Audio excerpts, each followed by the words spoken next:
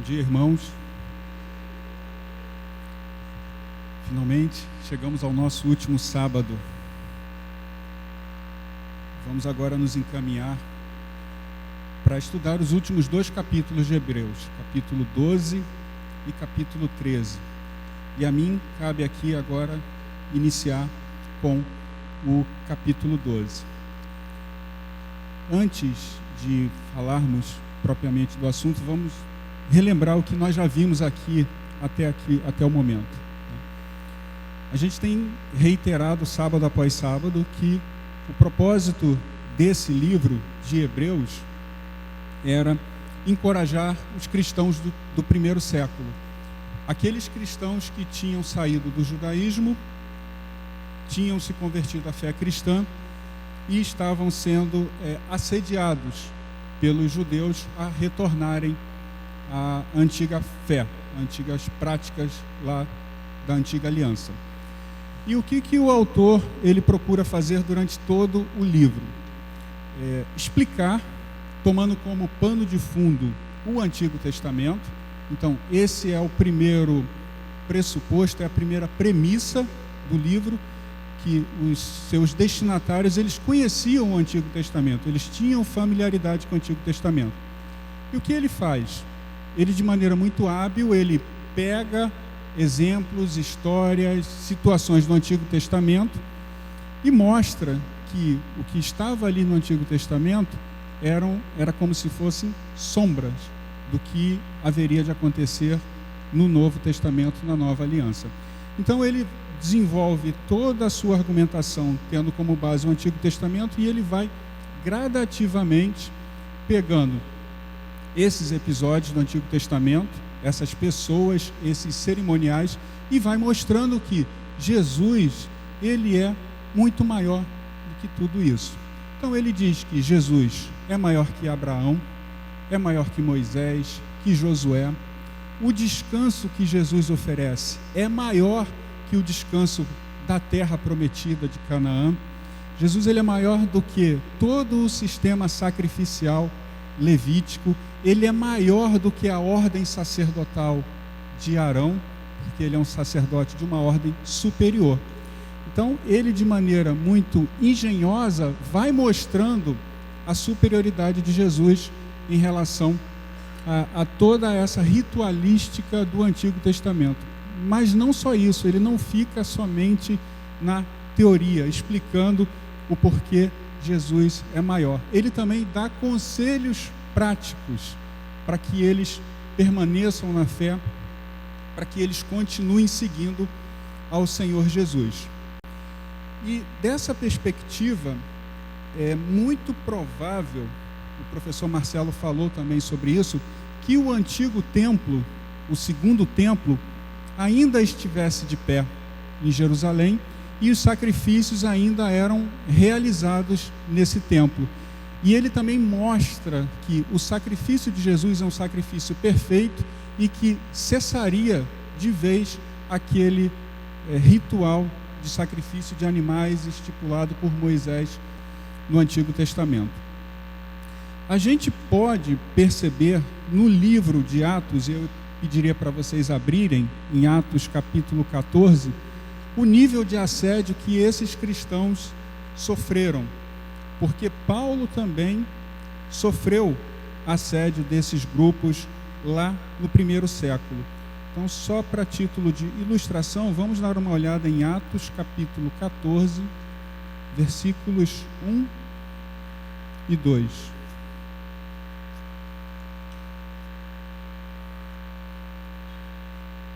Todos acharam? Então, só relembrando aqui o contexto dessa passagem, Paulo, originalmente um exemplo, na religião judaica, tinha estudado com os grandes mestres, e ele originalmente era perseguidor da igreja, e se converte ao cristianismo e se torna o grande apóstolo Paulo, pregador do Evangelho de Jesus Cristo. E nesse capítulo 14 a gente tem um registro aqui de uma das suas primeiras viagens, a primeira viagem missionária. E o que acontecia? Ele ia de cidade em cidade pregando o Evangelho de Jesus, e esses grupos de judeus ouviam que ele estava ali e rapidamente partiam para lá para assediá-lo. Então vejam esse exemplo aqui em Atos capítulo 14. Diz assim: em Icônio, Paulo e Barnabé entraram juntos na sinagoga judaica e falaram de tal modo que veio a crer grande multidão, tanto de judeus como de gregos. Mas olha o que aconteceu. Os judeus, incrédulos, incitaram e irritaram os ânimos dos gentios contra os irmãos. Então, muito provavelmente, os primeiros destinatários dessa carta de Hebreus estavam sofrendo o mesmo tipo de oposição que Paulo sofria aqui nas suas viagens missionárias. E o autor, o que ele vai fazer? Ele vai dar conselhos práticos aqui no capítulo 12 de como nós podemos resistir a essas oposições e seguirmos adiante. Dito isso, queria dar um passo atrás antes do capítulo 12 e começar a nossa exposição em Hebreus capítulo 11, finalzinho do capítulo 11, versículo 39. Pulem lá para Hebreus 11, 39.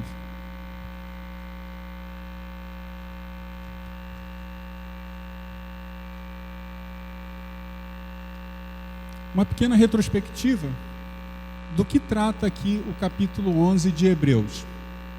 É o famoso capítulo onde está a galeria dos heróis da fé. Então, o autor ele vai falar sobre esses grandes homens, essas grandes personalidades do Antigo Testamento, vai usá-los como exemplo de fé, de perseverança, e perseverança é uma palavra que também vai aparecer no capítulo 12. E o que é perseverança? É permanecer, permaneçam, perseverem.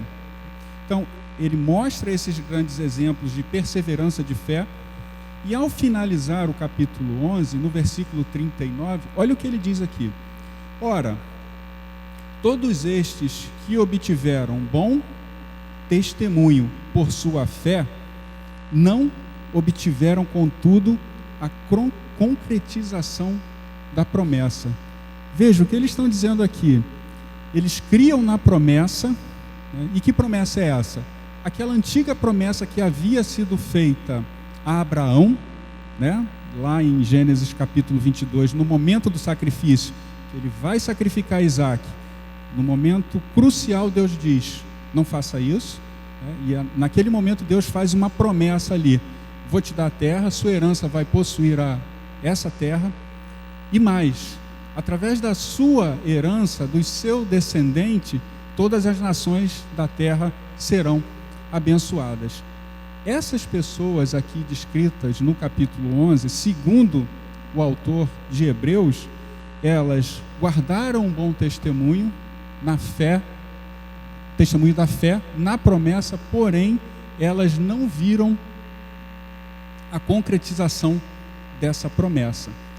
E com base nisso, ele começa o capítulo 12 fazendo uma referência a tudo o que foi dito no capítulo 11 sobre esses heróis da fé. Então, vamos agora pular para o capítulo 12, vamos avaliar aqui esses primeiros versículos.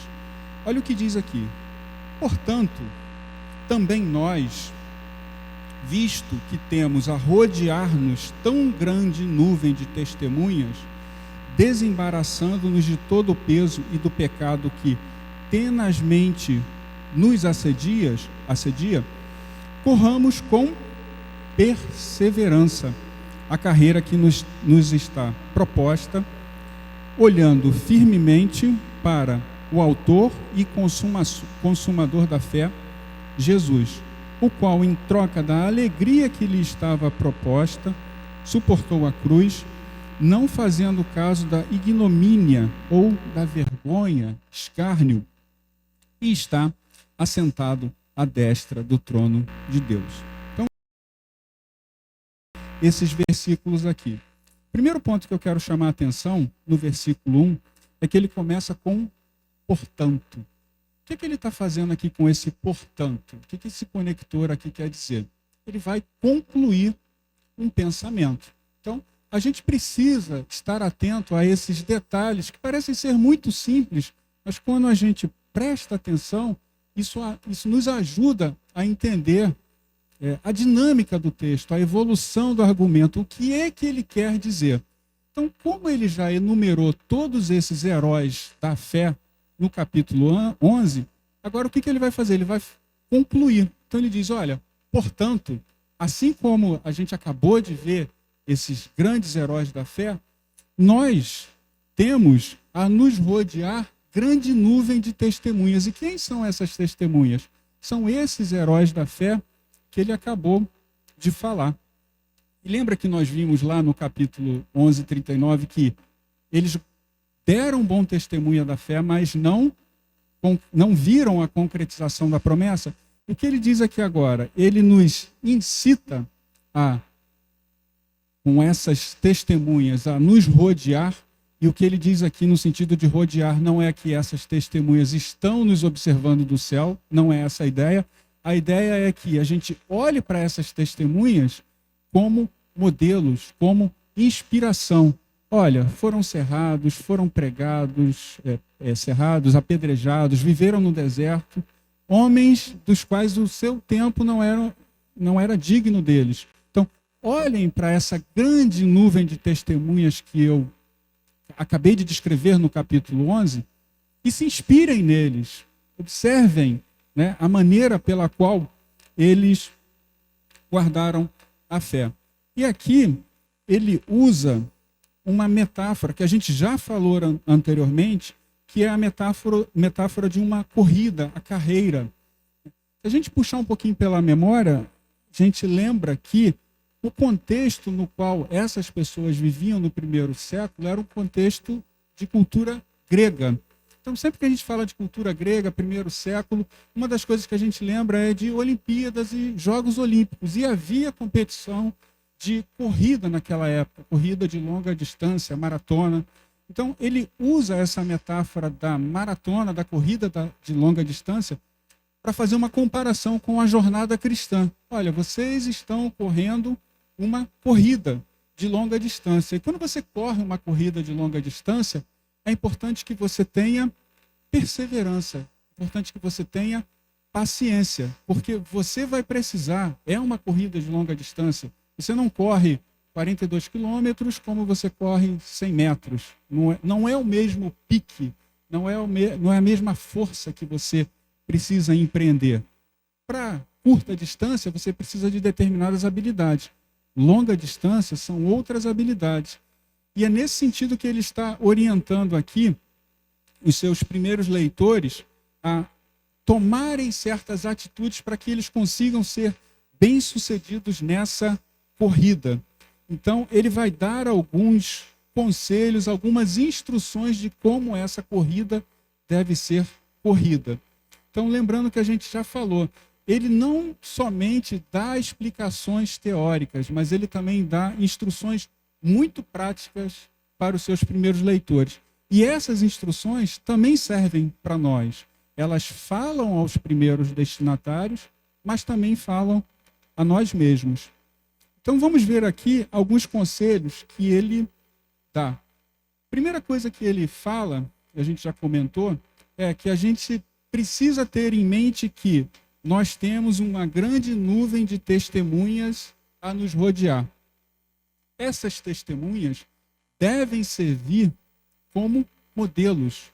Se você está passando por uma dificuldade, o que é que você deve fazer? Será que isso só acontece comigo, só está acontecendo comigo, ou isso já aconteceu com outras pessoas no passado? Sentido que ele quer dizer essa grande nuvem de testemunhas. Elas não viram a concretização da promessa. Nós, pela fé, já vemos a concretização da promessa. Então, vamos manter a firmeza, a perseverança, como esses homens mantiveram. A segunda instrução que ele dá é o seguinte: desembaraçem-se de todo o peso. Você imagina uma corrida de 42 quilômetros de longo percurso, o atleta está carregando peso extra, né, peso desnecessário. Ele não vai conseguir cumprir essa jornada. Então, o autor de Hebreus ele diz, olha, livrem-se desse peso adicional, desse peso extra. E o que é que a gente pode pensar aqui como um peso adicional, um peso extra que nos impede de correr a jornada cristã? Eu coloquei alguns aqui. Um compromisso que você fez com alguém, um compromisso talvez não tão cristão, uma amizade que te impede de seguir adiante, um hábito, enfim, tudo aquilo que pode te impedir de correr essa maratona, de correr essa jornada, é um peso. E o que ele diz aqui, e que serve para a gente também, se livra disso. Olha e vê, isso está te impedindo de seguir? Pode ser que seja até uma coisa lícita. E Paulo fala a respeito disso, né? Olha, existem coisas que são lícitas, mas são inconvenientes. E é o que a gente pode aplicar aqui. Um peso que está te impedindo de correr a corrida cristã. E o corredor, a sua meta, o seu objetivo é chegar à linha de chegada, né? A meta final, a linha final. O nosso é diferente. O nosso é ver o nosso Senhor ao final dessa trajetória. Além desse peso extra, ele também diz, olha, livrem-se do pecado que, olha aqui a expressão que ele usa, do pecado que tenazmente nos assedia, aquele pecado que está ali frequentemente, tenazmente, dia após dia, está nos impedindo de seguir.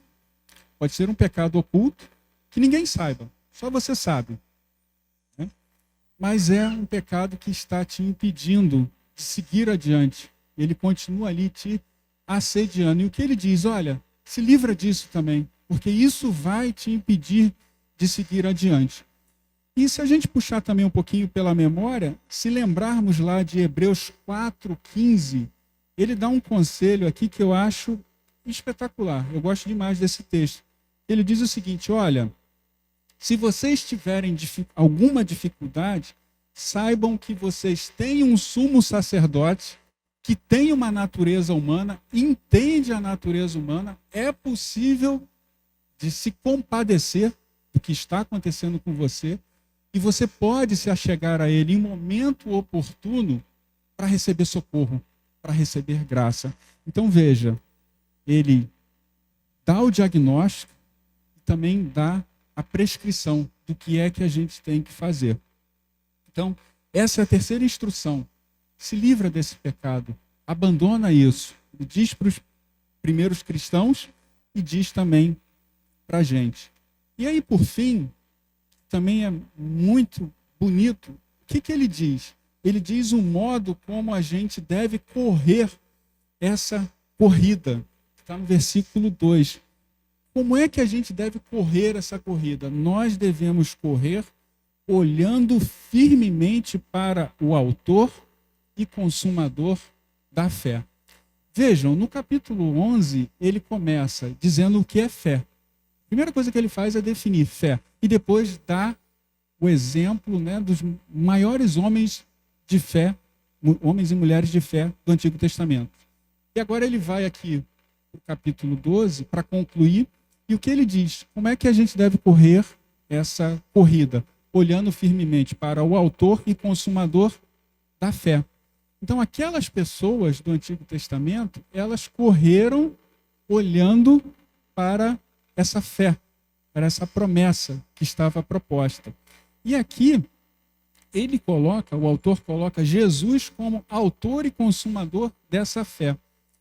A tradução, nova tradução na linguagem de hoje, coloca esse autor e consumador da fé como aquele que é o início da nossa fé e o aperfeiçoador dela. Então, essa é a maneira pela qual nós devemos correr essa jornada, olhando para Jesus, o maior exemplo de fé. Aqui agora, ele não, por acaso, não é acidental, ele coloca Jesus como o maior exemplo de fé. E olha o que ele diz aqui, que esse grande exemplo de fé, que é Jesus, ele suportou a cruz e a vergonha pública em troca da alegria de assentar-se à direita do Pai.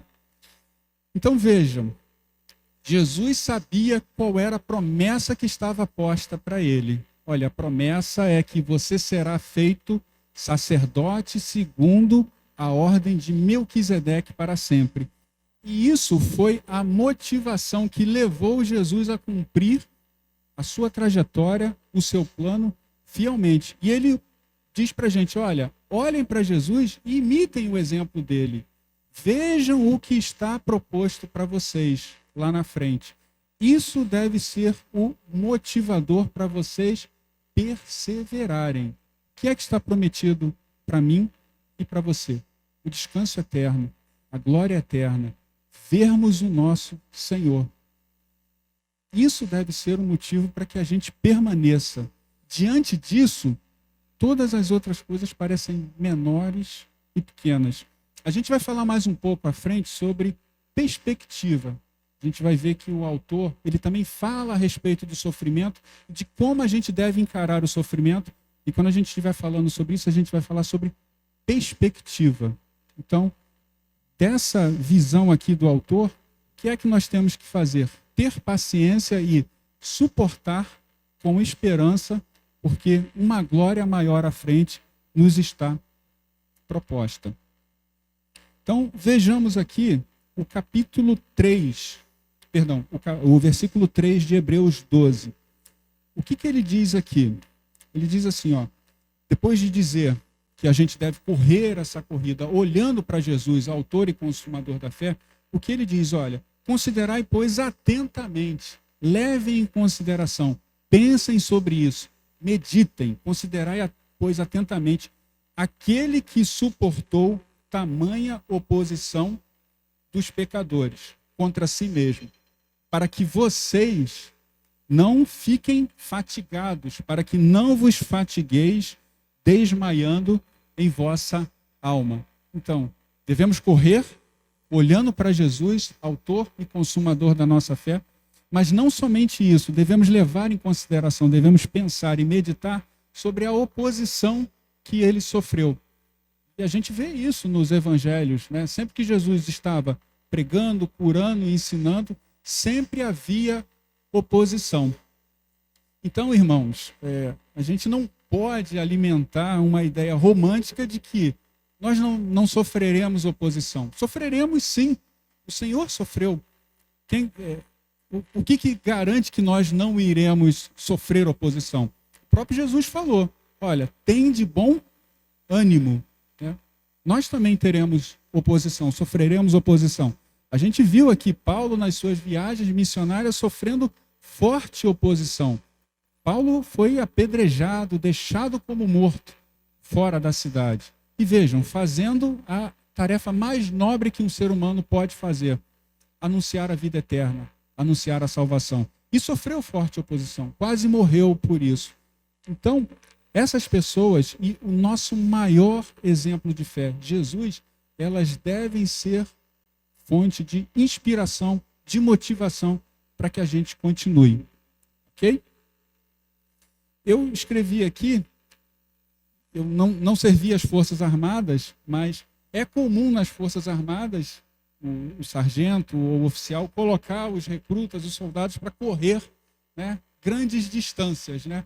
E o que o sargento vai fazendo ali correndo? Aquela pessoa que está prestes a desistir, ele vai lá gritando, né, e canta musiquinha para que ele pare de prestar atenção no sofrimento, pense na música, veja os amigos cantando também, e aquilo ali faz com que eles se motivem e eles continuem a correr.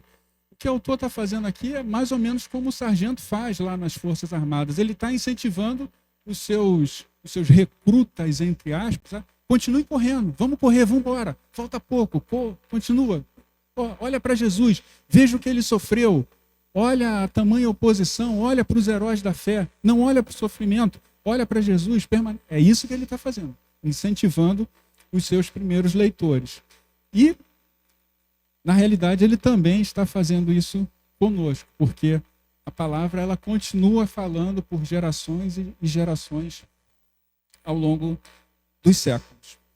Dito isso, a gente pula agora para o versículo 4, Vamos dar uma examinada dos versículos 4 a 12. E aqui agora ele vai falar a respeito do sofrimento, da importância do sofrimento. Sofrimento nos dias atuais, na nossa sociedade que preza muito o prazer, né, a recompensa rápida, né? A gente vive numa sociedade assim, a gente quer ser recompensado rapidamente, por inúmeros fatores, né? E um que eu posso citar aqui é a tecnologia acaba nos induzindo a querermos satisfações rápidas. Então, numa sociedade como a nossa, de 2023, o sofrimento é uma coisa muito esquisita, né? Naturalmente, nós já somos aversos a sofrer. Ninguém gosta de sofrer. Sejamos francos. Eu não gosto. Ninguém gosta de sofrer.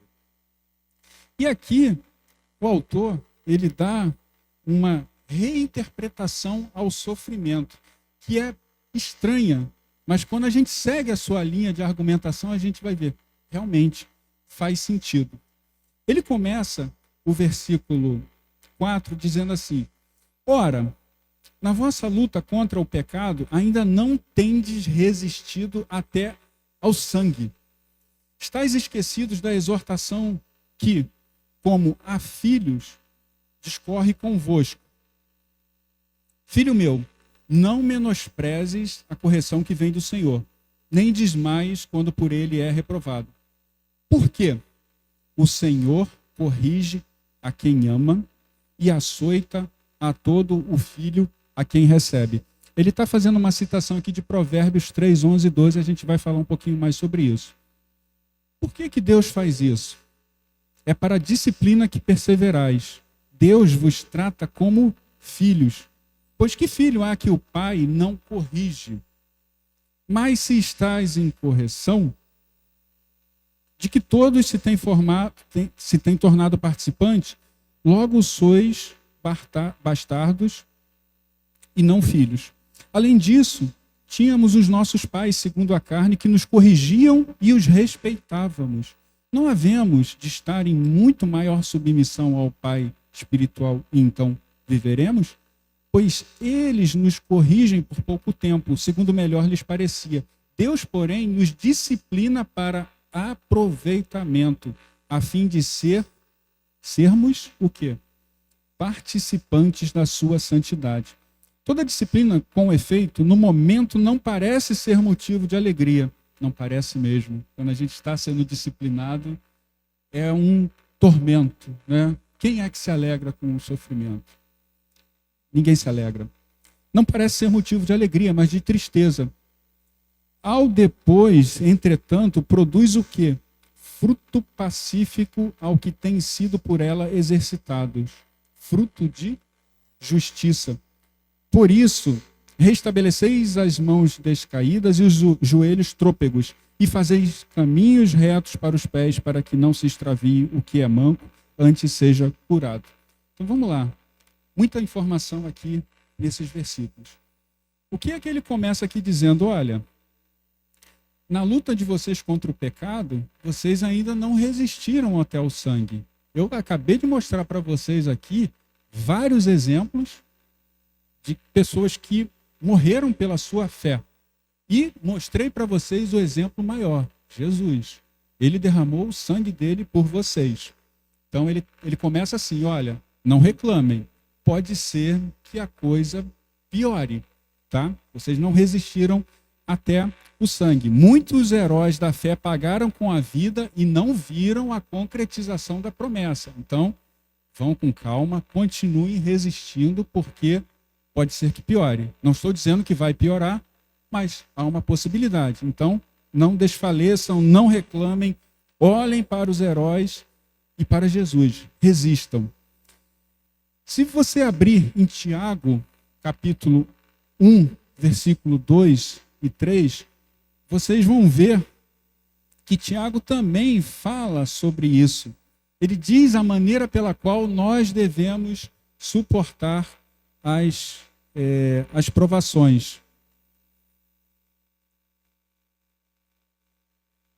Tiago capítulo 1, versos 2 e 3. Olha o que ele diz. E vejam como essa ideia é bem estranha para nós, crentes de 2023. Meus irmãos, tende por motivo de toda alegria o passardes por o quê? Várias provações. Por quê? Sabendo que a provação da vossa fé, uma vez confirmada, o que é que ela vai produzir? Perseverança. E o que é que o autor de Hebreus diz que a gente tem que ter na corrida da jornada cristã? Perseverança, porque é uma corrida de longo prazo. Então, Tiago diz, olha, se você está sendo provado, e mais à frente Tiago vai explicar a diferença entre provação e tentação. Deus prova os seus para levá-los para um patamar superior, e o adversário, ele tenta os crentes para derrubá-los. Então ele vai explicar mais à frente, aqui ele fala especificamente da provação. O que ele diz? Que a provação vai produzir perseverança. E o autor de Hebreus, ele retoma na explicação do sofrimento a ideia que está lá em Provérbios, capítulo 3, 11, versículos 11 e 12, a gente não vai abrir, que é justamente essa ideia de que o pai que ama o seu filho irá discipliná-lo. Parece que os crentes hebreus, eles tinham esquecido dessa sabedoria de Provérbios. Olha, o pai que ama o filho, ele castiga, ele corrige. Inclusive, ele vai colocar aqui uma ideia, e o próprio autor que a gente usa aqui para montar o nosso material, orientar a confecção da apostila, ele vai dizer o seguinte, olha, uma prova de que você não é um bastardo é que você está sofrendo, porque Deus disciplina o seu filho. Então você é um filho legítimo. Se você está sendo disciplinado, se você está sendo provado, essa é uma marca, esse é um sinal de que Deus está te aperfeiçoando. Ele quer te levar para um patamar superior. É isso que ele diz aqui para esses primeiros cristãos. E desse ponto de vista, a gente falou um pouquinho atrás sobre perspectiva. Quando o autor ele diz isso, olha, vocês estão sofrendo, isso é porque Deus os ama e quer que vocês perseverem e continuem, porque esse sofrimento vai produzir um fruto pacífico, um fruto de justiça. E ele introduz essa ideia de que o pai, na realidade ele retoma essa ideia de que o pai amoroso corrige o filho. O que ele faz? Ele reinterpreta o sofrimento à luz dessa sabedoria de Provérbios. E a partir do momento em que ele dá um sentido para o sofrimento, ele reenquadra os seus primeiros ouvintes. O que eu quero dizer com isso? Se você está sofrendo e você não vê sentido nesse sofrimento, muito provavelmente você vai reclamar, você vai se debater e não vai aceitar aquilo ali de bom grado. Mas a partir do momento em que você vê sentido no sofrimento, que você entende que Deus é um pai amoroso, que esse sofrimento vai levá-lo para mais perto dele, isso torna um pouco mais fácil de você suportar esse sofrimento. E é exatamente isso que o autor ele está fazendo aqui. Ele está colocando esse sofrimento na perspectiva correta que a gente falou anteriormente. Um desenhista, quando ele vai desenhar uma cena, qualquer que seja, a primeira coisa que ele tem que fazer é o seguinte, é definir de que ponto de observação ele vai desenhar essa cena. Então ele precisa o quê? Ele ter a perspectiva correta. A mesma coisa o autor ele está fazendo aqui, ele está colocando o sofrimento na perspectiva correta. E isso nos encoraja a seguir. É motivo de encorajamento. Se Deus ama os seus filhos e vai discipliná-los para que eles se tornem co-participantes da sua santidade, a gente vai ver mais à frente, eu vou resistir, eu vou permanecer, eu não vou retroceder. Eu vou continuar olhando para Jesus, autor, o início da minha fé, o consumador, o aperfeiçoador da minha fé, e vou permanecer. Por que eu vou permanecer? Porque tem uma grande nuvem de testemunhas que eu vi lá no capítulo 11, e essas pessoas permaneceram, elas não esmoreceram. O que fez Estevão suportar a morte por apedrejamento. Já imaginou que ia morrer apedrejado? Isso é uma coisa horrorosa, horrível. Mas eu sei que ele conseguiu, e naquele momento ele olhou para o céu e viu Jesus. E o Senhor deu graça a ele para suportar aquele momento. E é isso que o autor ele quer dizer aqui. Olha, permaneçam, continuem. O Senhor está com vocês. Pedro também, na sua carta, primeira carta de Pedro, não precisa abrir, está na apostila de vocês, capítulo 4, versículo 12. Olha o que ele diz. Não estranheis o fogo que aparece no meio de vocês. Tá? Esse fogo não é para consumi-los, é para purificá-los. Né? A ideia do ouro que você submete a altas temperaturas para que você tire a impureza e você fique com o metal puro. Então, olha, não se estranhem disso. Isso não é algo extraordinário, não é algo fora do comum. Pelo contrário, se alegrem, é o que Pedro fala. Por quê? Vocês estão sendo co-participantes dos sofrimentos de Cristo. Se gloriem por isso, se exultem, porque o vosso galardão será grande. Então, o autor, ele desenvolve o seu argumento entre a ideia do filho legítimo e o filho bastardo.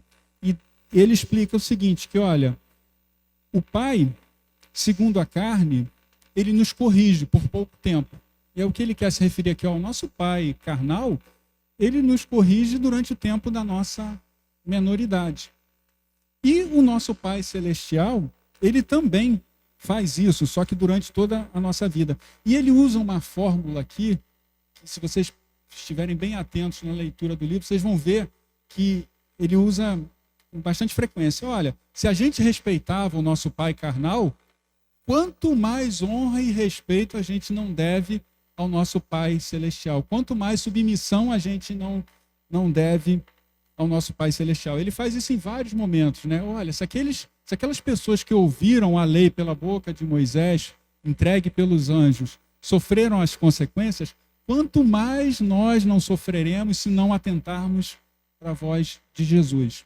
Então ele usa bastante esse trocadilho de comparar as consequências de não ouvir algo na antiga aliança com as consequências de não ouvir algo na nova aliança.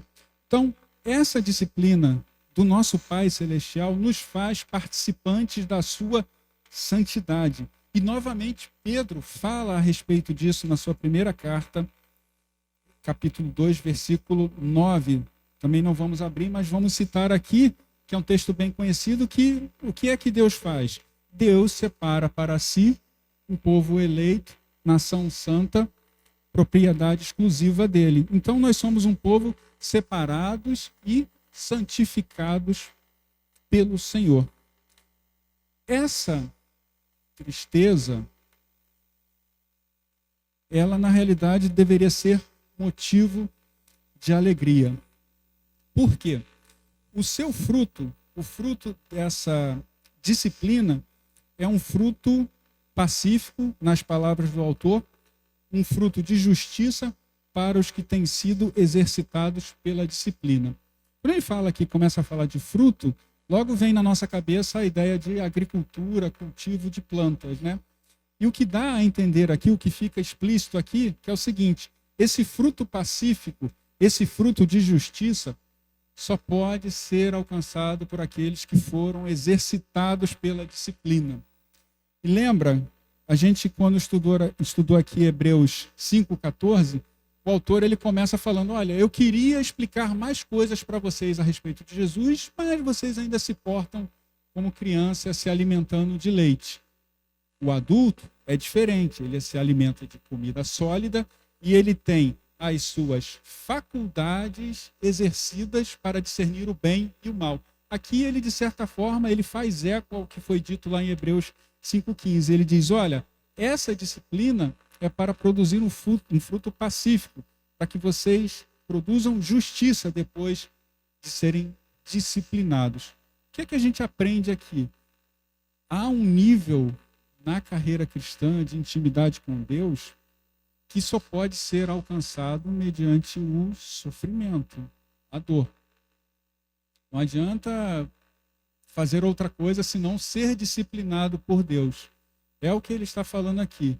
Resistam, porque o fruto dessa disciplina vai ser um fruto bom, doce, proveitoso. Resistam, continuem, não voltem atrás, não voltem às sombras. Vocês já viram a revelação do que é maior. Permaneçam. Eu queria ler, e esse texto está na apostila de vocês. Deixa eu só achar aqui em qual página está. Aqui, na página 3 da apostila de vocês. É uma citação que está no comentário do Augusto Nicodemos, na página 310. Olha o que ele diz aqui a respeito de sofrimento e de disciplina de Deus. Tá? É o segundo parágrafo da página 3. Todos acharam? Começa assim, ó. Em seguida, o autor apresenta outro ensinamento. Acharam? Tá? Aí lá no meio está uma letra em itálica, que é a citação que eu quero ler com vocês. Olha o que diz aqui. Uma das marcas de ser filhos de Deus é que recebemos o açoite dele, recebemos o chicote dele. Por isso, o sofrimento, longe de ser desamor de Deus, é prova do amor.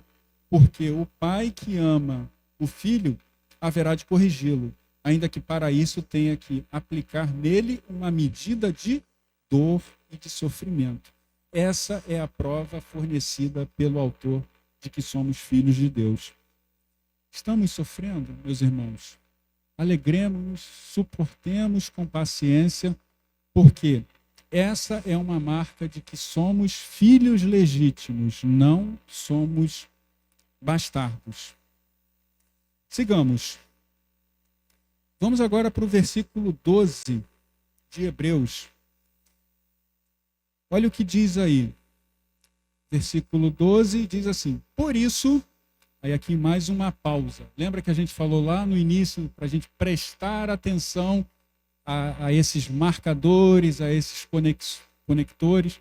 Logo lá no início ele diz, portanto, né? Vou concluir uma ideia.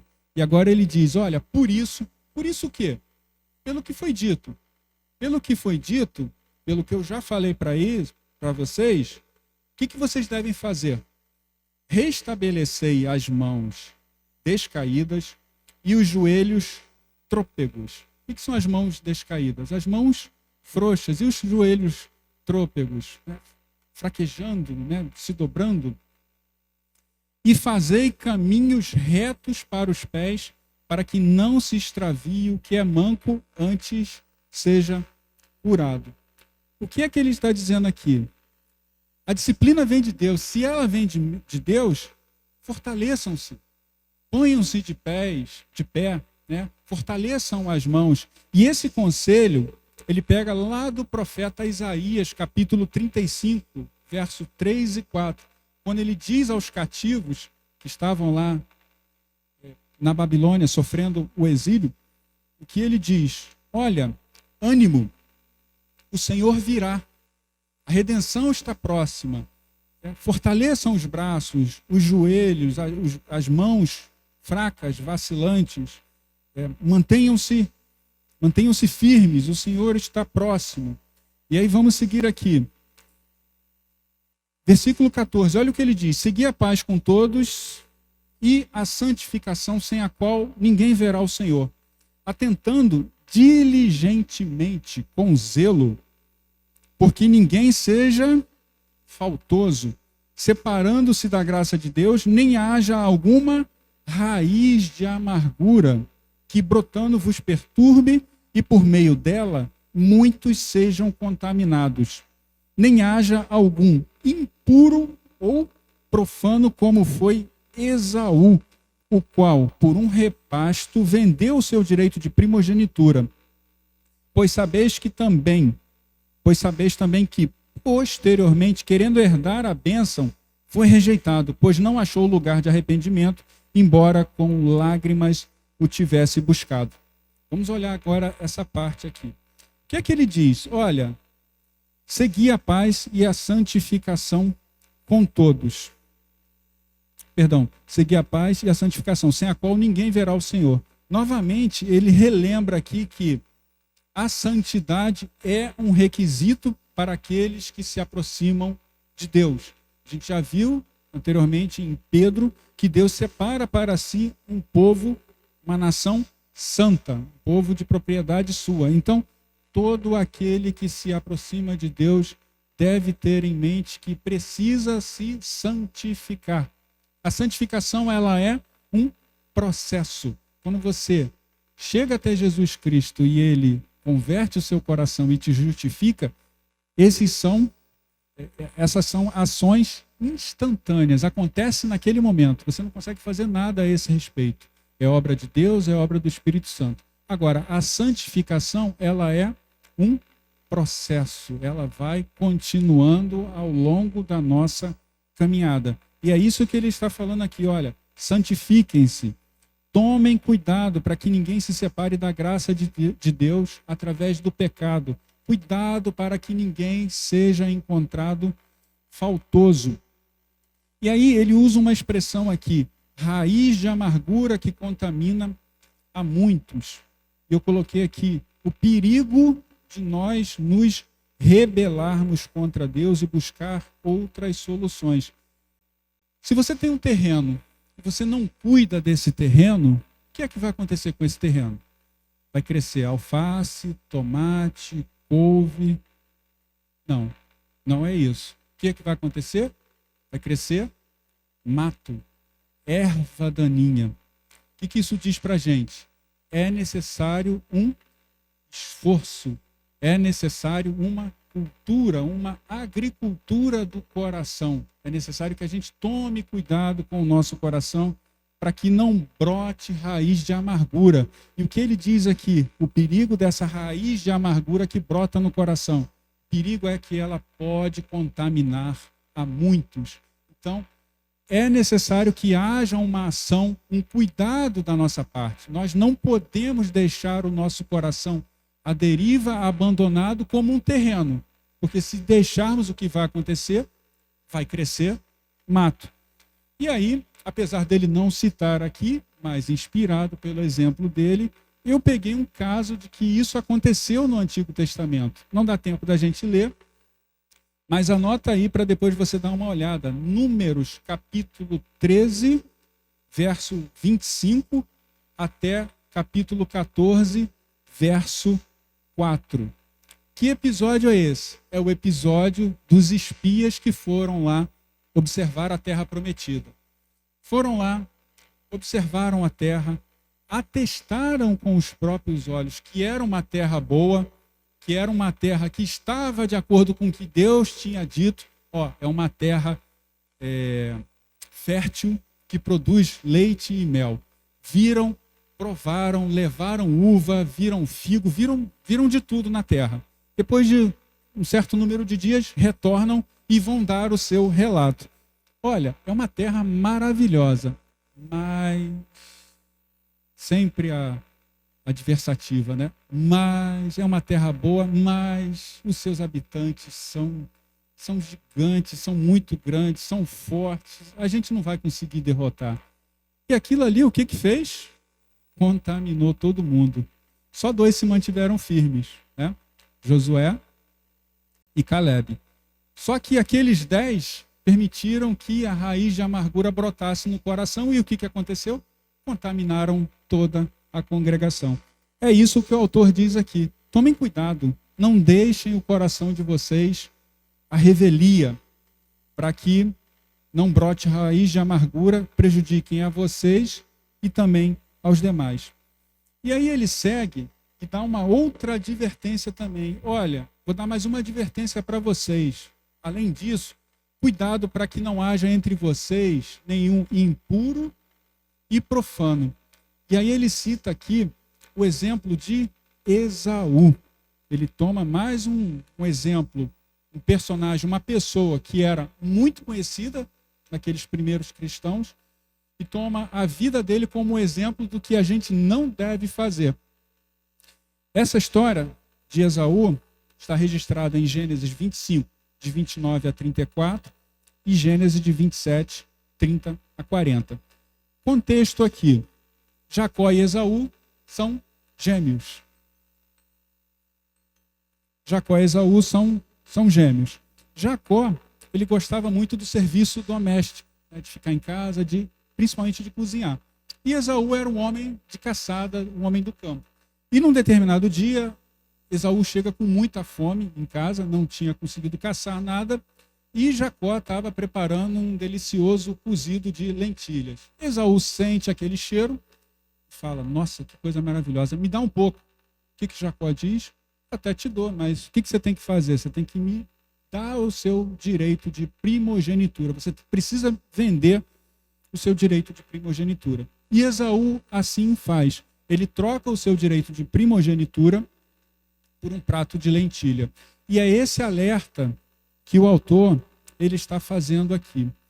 Com essa atitude de trocar o seu direito de primogenitura, Esaú ele não estava tão somente abrindo mão da herança material que ele receberia como filho primogênito, mas nesse momento ele também sai da linha sucessória para cumprimento da promessa do que Deus tinha dito a Abraão: olha, através da sua descendência eu vou abençoar todas as nações da terra. E quando Esaú troca a sua primogenitura, ele sai dessa linha da bênção de Deus, de onde viria Jesus. E Jacó toma o seu lugar.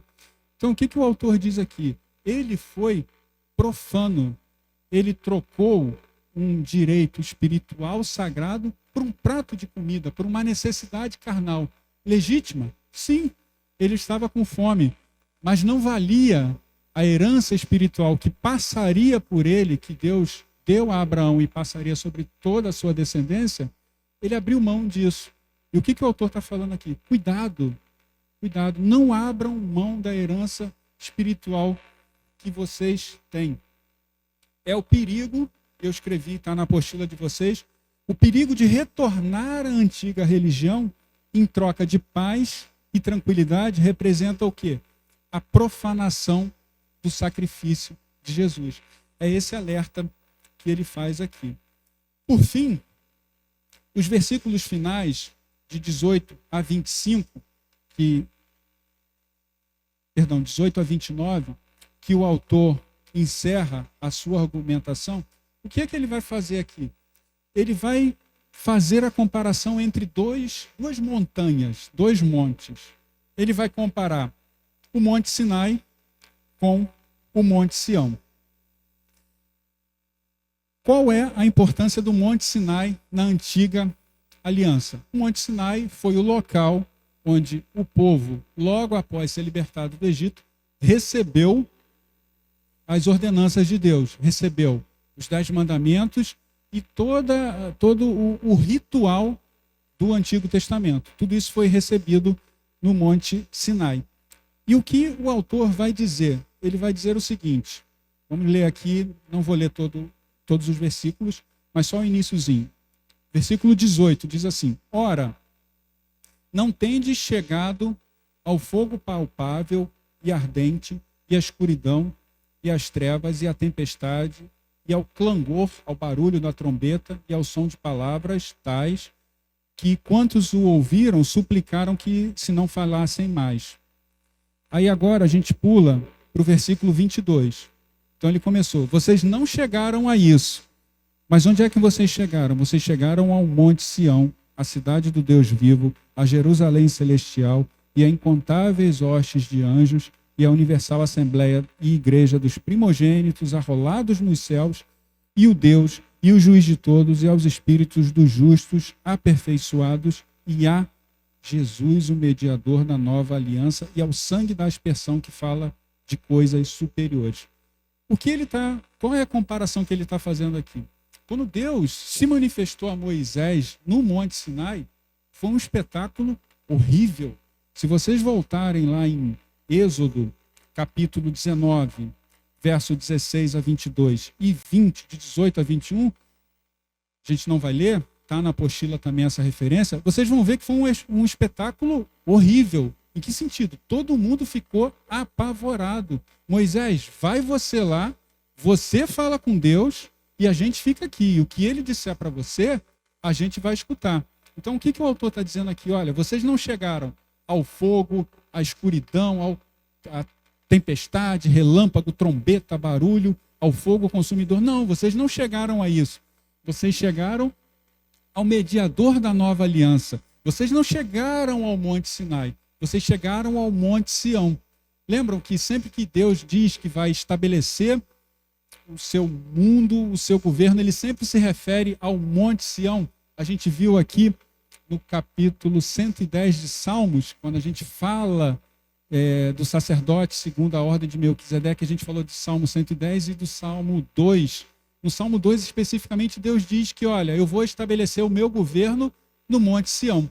Então, o que o autor está dizendo aqui, ó, vocês chegaram a Sião, vocês chegaram a Jesus. Não retornem ao Sinai, não retornem à escuridão, não retornem ao afastamento de Deus. O povo não queria chegar perto de Deus porque tinha medo, precisava de um mediador para que ouvisse a voz de Deus e dissesse a eles. Ele diz, olha, vocês chegaram ao mediador da nova aliança. Ele é o sumo sacerdote que diz, né, ele também diz isso para que vocês entrem com intrepidez no Santo dos Santos. Então agora nós temos acesso direto a Deus. Por que é que vocês vão voltar para o Sinai?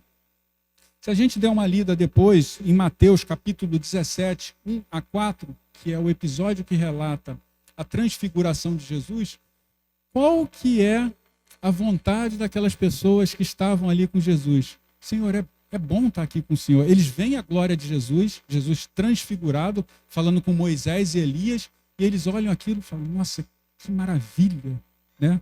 Olha o contraste com o Sinai, que o povo tinha medo, não podia nem tocar no monte, o monte fumegava, até um animal se tocasse seria morto, é o que diz o relato de Êxodo. E agora, em contraposição, Jesus com seus discípulos no monte, eles têm alegria e satisfação e prazer de estarem ali com ele. E o que é que o autor diz? Vocês querem voltar para aquele monte fumegante? Nós temos coisa muito melhor agora no Monte Sião. E aí eu parto para o final dizendo, não desanime com os sofrimentos e dificuldades da vida. É a mensagem aos hebreus e a nós. Nós já chegamos ao mediador da nova aliança. Não retornemos à sua sombra. Lá no Antigo Testamento, é a sombra dele. Na sombra você só vê o formato. Você não consegue discernir o rosto, como é que é, se tem cabelo comprido, se tem barba, se tem bigode, se tem uma pinta no rosto. Você não consegue ver na sombra. Você só consegue ver esses elementos quando você está presente com ele, ao vivo com ele. Eu nunca vi Jesus com os meus olhos. Imagino que vocês também não. Mas pela palavra, por tudo isso que está relatado, por tudo isso que essas testemunhas nos deixam, eu posso ter certeza, eu posso ter fé. E fé no sentido de confiança de que Ele está vivo e vai me socorrer. Ele já socorreu a muitos no passado.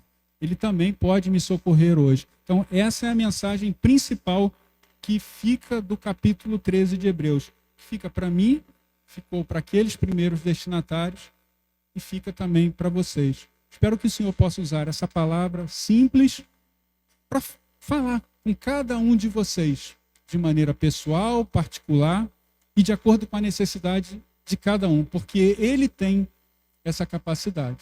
Tá? Que Deus os abençoe rica e abundantemente.